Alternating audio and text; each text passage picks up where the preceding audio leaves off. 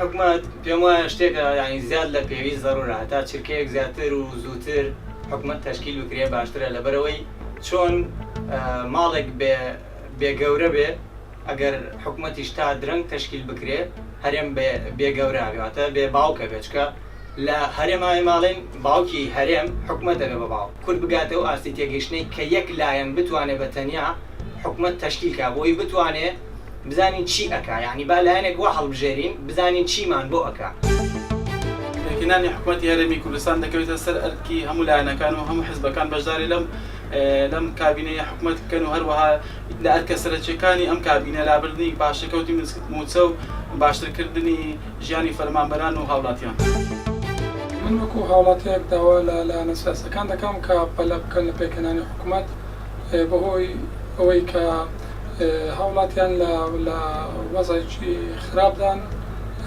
بۆیە داوا دەکەم کە هەرچی زووە پەلە بکرێت لە پێکهێنانی حکومەت.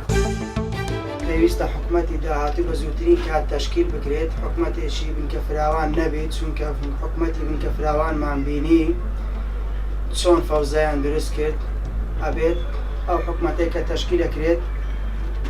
بە پێی ڕێژەی دەنگدانی